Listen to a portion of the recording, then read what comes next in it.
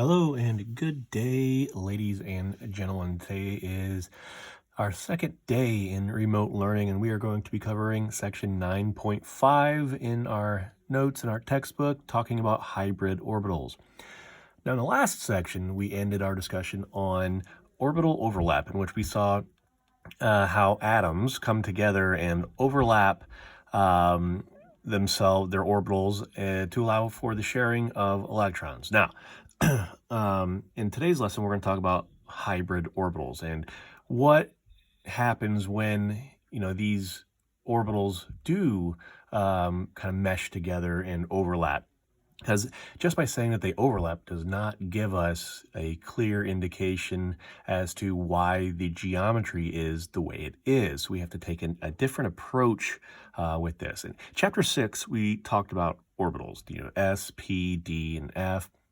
Chapter 8, Lewis structures, and Chapter 9, talking about geometry. We're going to be combining all three of those concepts into today's lesson, okay? So let's start us off here on hybrid orbitals. If we look at beryllium, okay, it is number 4. If you hear that as my cat wanting more food, no thank you. Beryllium, how about that, is element number 4 on the periodic table. Therefore, it has 4 electrons. And if we were to do the orbital box diagrams, which we saw in a previous chapter, we see that we get this set up right here.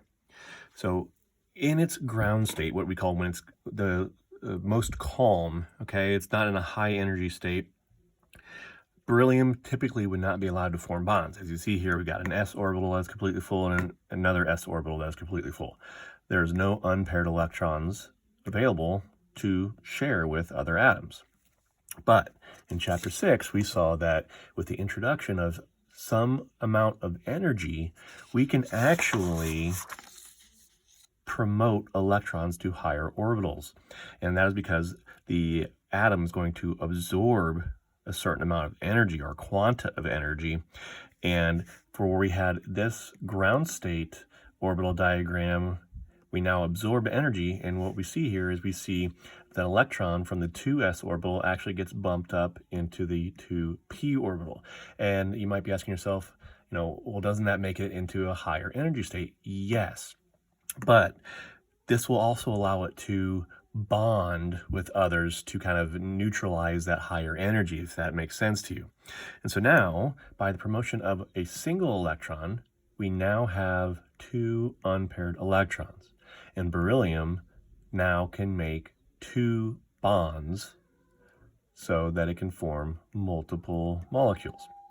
So, moving on, what happens is, when we have the formation of hybrid orbitals, the process is called hybridization.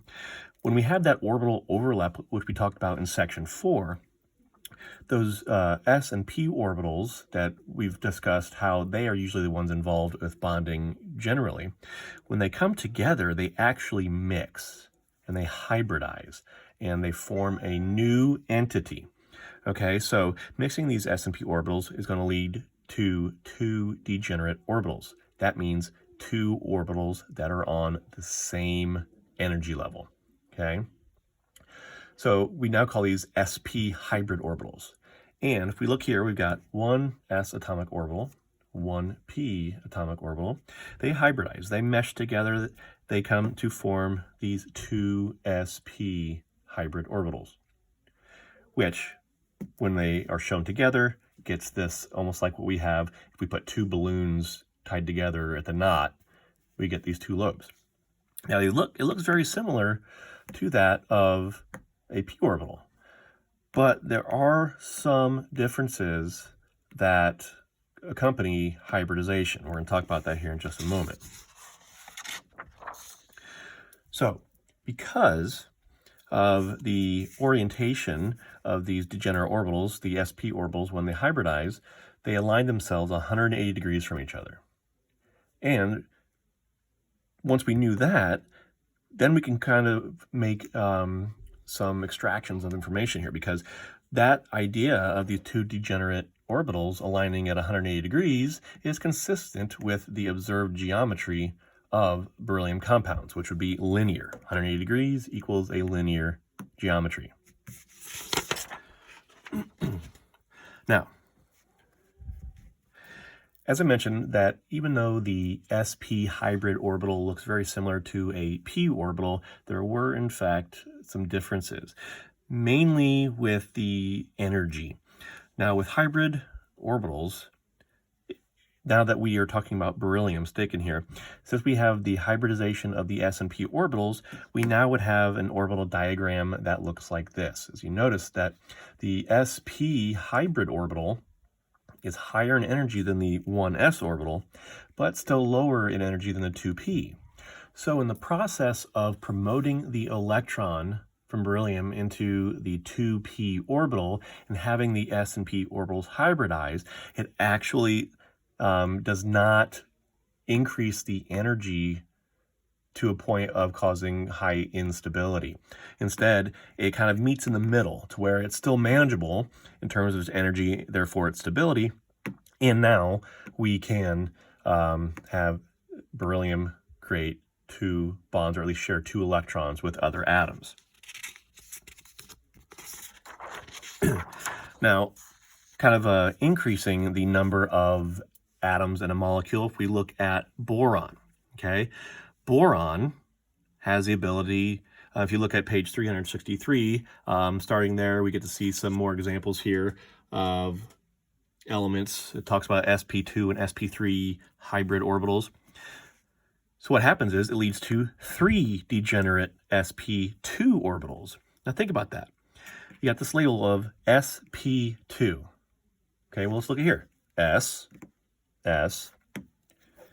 P1, P2, 2 Ps.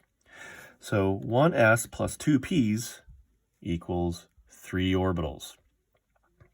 Okay, and again, they all kind of look the same, and they get together and join what looks to be this geometry. Another example would be carbon. Carbon, we get 4 degenerate sp3 orbitals. Again, how do we get that label of sp3? Well, we have 1s, 1p, 2p, 3p. Okay, so that means s and 3 p's. So a total of 4, 1 plus 3 is 4 degenerate orbitals. And they get this orientation, a tetrahedral. Okay, in the previous example with boron, trigonal planar.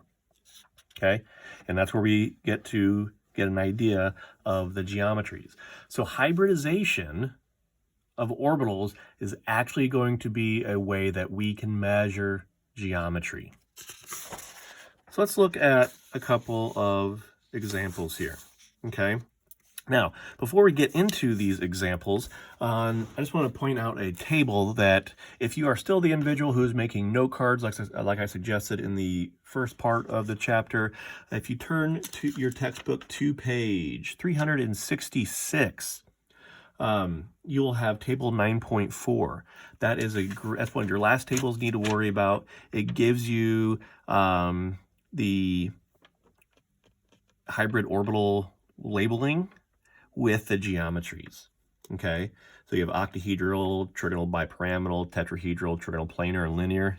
It lists the corresponding hybrid orbitals that go with them. They don't change, so take a look at that, okay, before you do that. Now, one last thing, again, before we do get into these examples, are a series of simple steps to help us get an idea, or go through the process of identifying the hybrid set. And that can be found on page 365 towards the bottom underneath summary. Okay, there are 3 steps that you need to follow in order to kind of help you out on this process. The first step is draw the Lewis structure.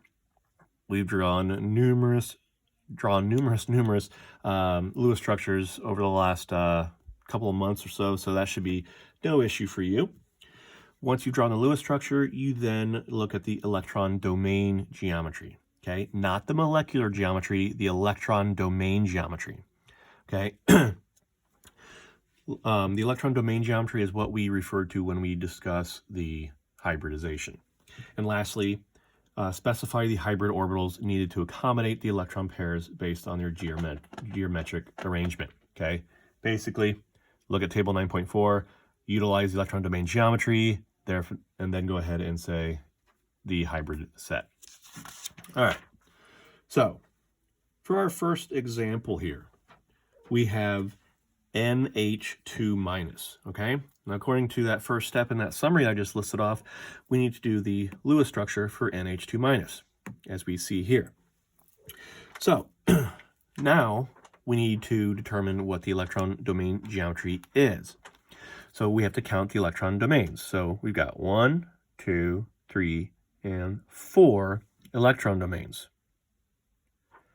So if we have 4 electron domains, that gives us a tetrahedral electron domain geometry. All right, and so since we have an electron domain geometry of tetrahedral, again referring to table 9.4 on page 366, we see that a tetrahedral has 4 sp3 as its hybrid orbital set. Okay, so in fact, as we look back here, excuse me. So the as we said, it's a tetrahedral. Therefore, it's sp3. If you want to include the number 4 before that as well, that's just telling you how many hybrid orbitals there are actually going to be in total. If you just want to leave it as sp3, that would be fine as well. So let's look at another example here. Okay, we have SO3 2 minus. So again, step 1, do the Lewis structure. And so your Lewis structure for SO3 2 minus is going to be like this. Again, brackets and the sign. Don't forget about that when we are dealing with ions.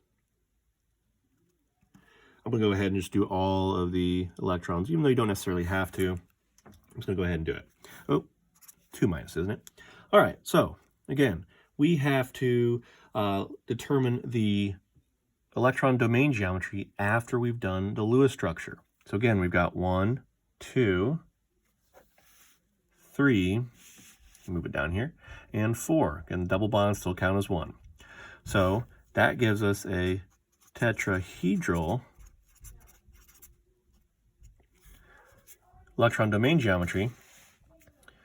Therefore, tetrahedral is going to have the hybrid orbital set of sp3.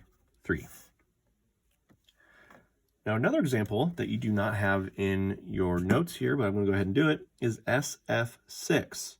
Okay? So SF6, we've seen this one before. Lewis structure, S in the center, 6 fluorines on the outside. I'm not going to go ahead, I'm not going to do all the electrons out here. I think you know what to do with those. So 6 is going to be how many electron domains, or what would the geometry be for 6 domains? That would give us an octahedral. Okay. Now again, you don't have to guess on this. The table 9.4 tells us that an octahedral is going to give us a hybrid orbital set of sp3 d2. So we are dealing with a much larger molecule here, and the fact that our central atom has to expand its octet. We said in the previous chapter that the d orbitals would most likely, or they assume the d orbitals are participating in bonding, so it gets brought up here in the hybridization set.